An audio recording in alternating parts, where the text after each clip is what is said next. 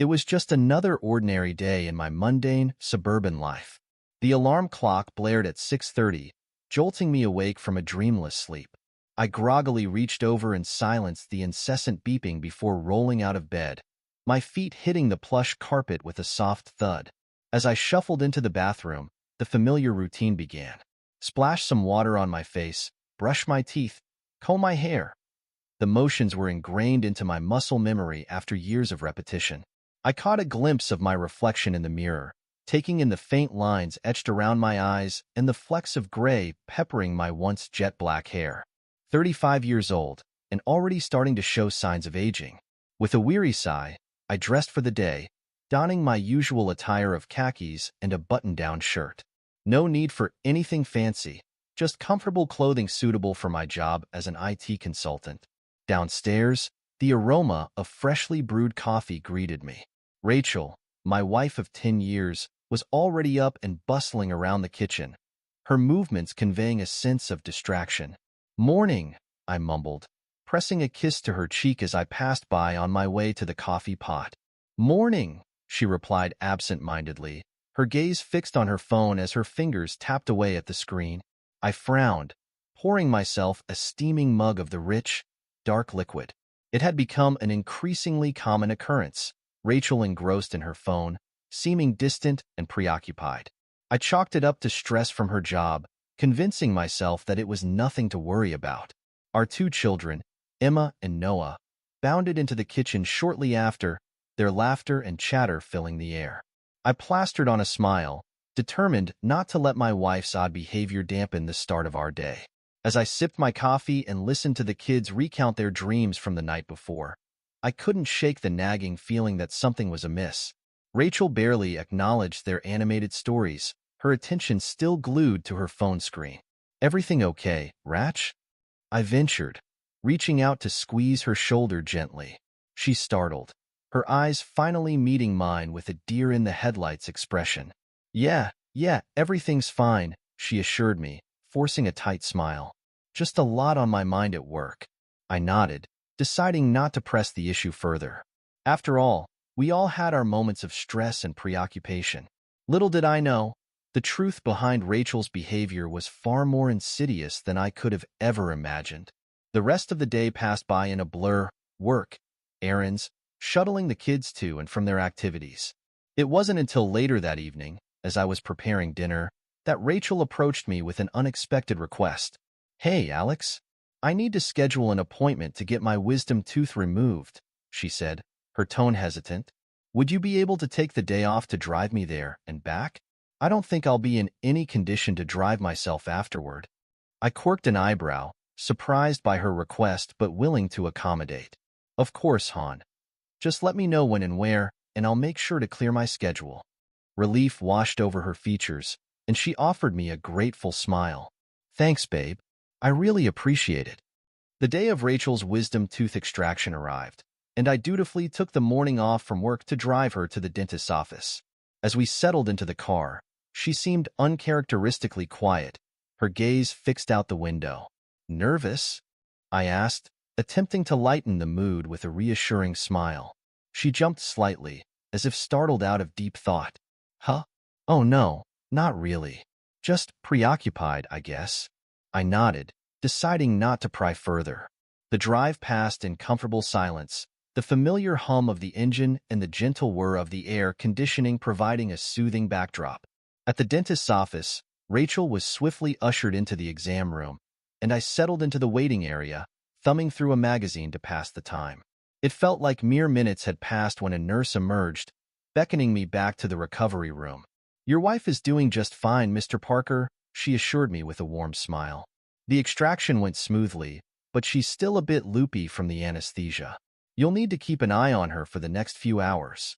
I chuckled, picturing Rachel in a dazed, post-operative state. "No problem. I'm sure she'll provide plenty of entertainment." Little did I know how prophetic those words would prove to be. Entering the recovery room, I found Rachel slumped in a reclining chair, her eyes half-lidded and her speech slurred. "Hey there, sleepyhead," I greeted her, unable to suppress a grin at her disheveled appearance. Her head lolled in my direction, and a dreamy smile spread across her face. "Hey, Rianne," she drawled, her words barely intelligible. I froze, my blood running cold. Ryan? Who was Ryan?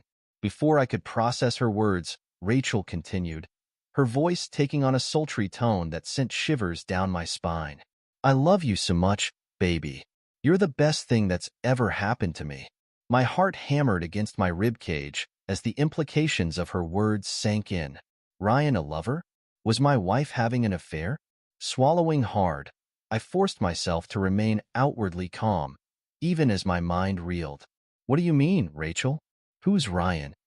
She giggled, a sound that would have been endearing under normal circumstances, but now sent a chill through my veins. "Don't be silly, Ryan. You know who you are, my lover, my everything." The air seemed to be sucked from the room as the truth hit me like a freight train. My wife, the woman I had devoted a decade of my life to, was unfaithful. Betrayal clawed at my insides, threatening to tear me apart from the inside out. Somehow, I managed to maintain my composure, my mind already formulating a plan. Reaching into my pocket, I discreetly activated the voice recording app on my phone, determined to document every incriminating word that spilled from her anesthesia-loosened lips. "So, you've been having fun with Ryan, huh?" I probed, my tone deceptively casual. "Enjoying your little fling?" Rachel nodded enthusiastically, her eyes glazed over with the lingering effects of the medication. "Oh yes, he's so good to me, Alex, in ways you could never be." The words cut like a knife, but I persevered, my jaw clenched with barely contained fury. "And you plan on continuing this affair?" "Of course," she exclaimed without hesitation. "I love him, and he loves me. We're meant to be together." Bile rose in my throat as the gravity of her confession settled over me. My wife, the mother of my children, had not only betrayed me but had fallen in love with another man. A man she intended to leave me for. In that moment, a part of me shattered, the idyllic life I had thought we shared crumbling to dust around me. Yet, even as my heart broke, a steely resolve took root within me. I would not let this injustice stand. With Rachel still babbling incoherently about her lover, I helped her into the car, my mind already formulating a plan for retribution. The ride home passed in a blur, her words fading into white noise as I focused on the road ahead, plotting my next move. As we pulled into the driveway, Rachel's eyelids drooped, and she drifted off into a drug-induced slumber. I watched her for a moment, taking in the peaceful expression on her face, an expression that belied the turmoil she had unleashed upon our family. Steeling my resolve, I carried her inside and settled her into bed, ensuring she was comfortable before retreating to the solitude of my home office. There, with trembling fingers, I replayed the damning recording, her confession echoing through the tiny speaker like a death knell for our marriage. Tears stung my eyes, but I blinked them away, channeling my anguish into a burning determination. Rachel would not get away with this betrayal, not without facing the consequences of her actions. I spent the remainder of the day meticulously gathering evidence, scouring her phone and computer for any shred of proof to corroborate her drunken admission. Text messages, emails, even explicit photos. It was all there, a twisted tapestry of deceit woven by the woman I had once trusted with my life. As the sun dipped below the horizon, casting long shadows across the room, I sat back in my chair, a grim sense of satisfaction settling over me. I had everything I needed to expose Rachel's infidelity to the world, to her family, to her lover's unsuspecting wife. A bitter smile twisted my lips as I formulated my plan for retribution. Rachel might have thought she could discard me like yesterday's trash, but she was sorely mistaken. I would ensure that she reaped the consequences of her actions, even if it meant burning our life to the ground. In the days that followed, I meticulously planned my retaliation, every waking moment consumed by the need for vengeance. Rachel remained oblivious to my knowledge of her indiscretion, carrying on as if nothing had changed, a fact that only fueled my righteous fury. Finally, the opportunity one had been waiting for presented itself, a lavish company gala hosted by Rachel's employer. I knew she would be in attendance, likely accompanied by her insipid lover, Ryan. The mere thought of the two of them brazenly flaunting their affair made my blood boil, but I tamped down the anger, channeling it into a steely determination. "Hey, babe," Rachel said as she breezed into the living room, decked out in an elegant evening gown that would have taken my breath away under different circumstances. "Are you ready to go?" I forced a tight smile, nodding as I buttoned my suit jacket. Of course. Wouldn't miss it for the world. The drive to the venue passed in tense silence, the weight of the unspoken truth hanging heavy between us. Rachel seemed oblivious to the storm brewing within me, her attention focused on her phone as she typed away, no doubt exchanging salacious messages with her paramour. Upon our arrival, we were immediately swept up in the glitz and glamour of the event. Waiters circulated with trays of champagne, and the air was thick with the scent of expensive perfume and even more expensive egos.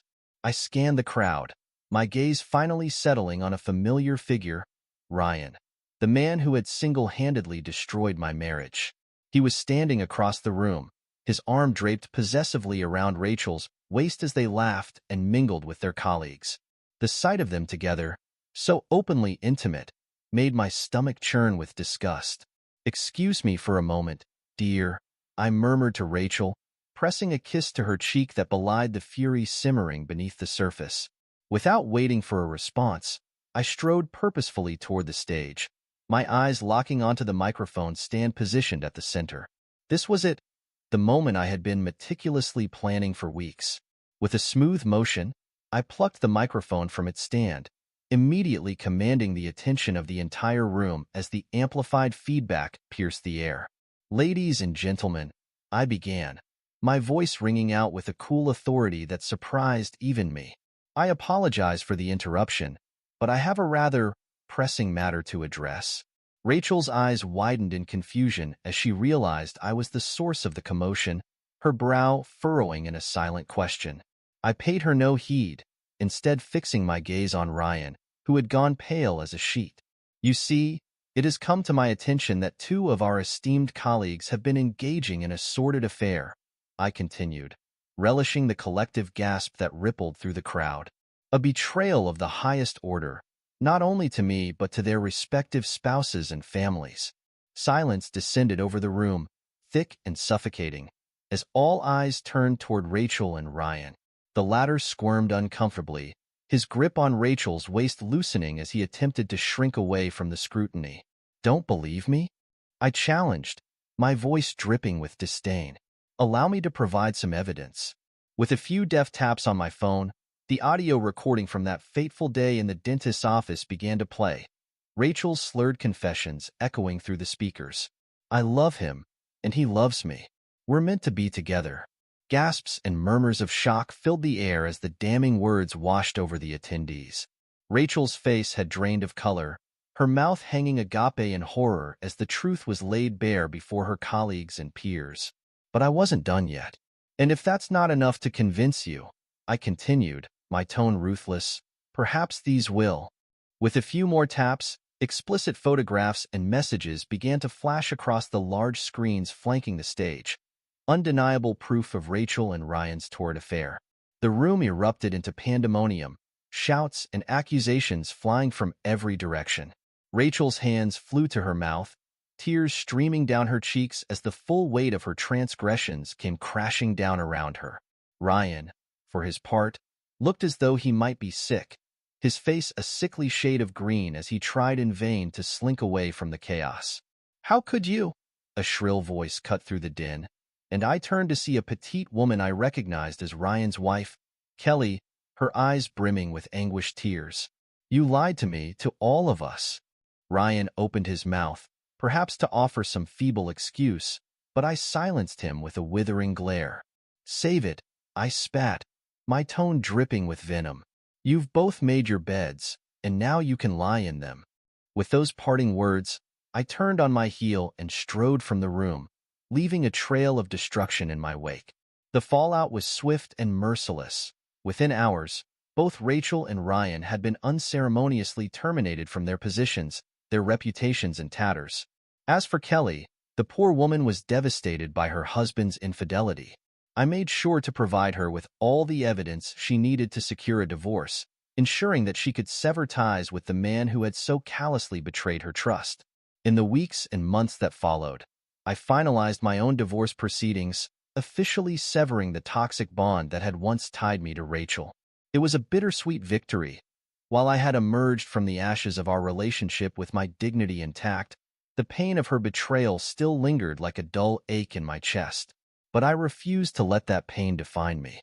With the unwavering support of my children, who had witnessed firsthand the depths of their mother's deceit, I slowly began to rebuild my life, piece by fragile piece. I threw myself into my work, channeling my energy into projects and clients that had once taken a back seat to my fractured marriage. The sense of purpose and accomplishment I derived from my professional endeavors helped to fill the void left by Rachel's absence. And in time, I even found myself ready to open my heart once more. It started slowly, with casual dates and friendly outings, but eventually blossomed into something more profound. Her name was Emily, and from the moment we met, I was struck by her warmth, her integrity, and her unwavering commitment to honesty. With Emily by my side, I rediscovered the joy and fulfillment that had been so cruelly torn from me by Rachel's betrayal. We built a life together, one founded on trust, respect, and an unshakable bond that could never be broken by the kind of lies that had nearly destroyed me. As for Rachel and Ryan, their lives were irrevocably shattered by the consequences of their actions.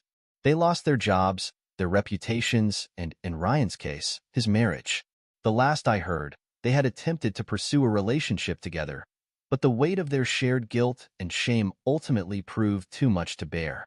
I felt no pity for them, only a sense of grim satisfaction that justice had been served.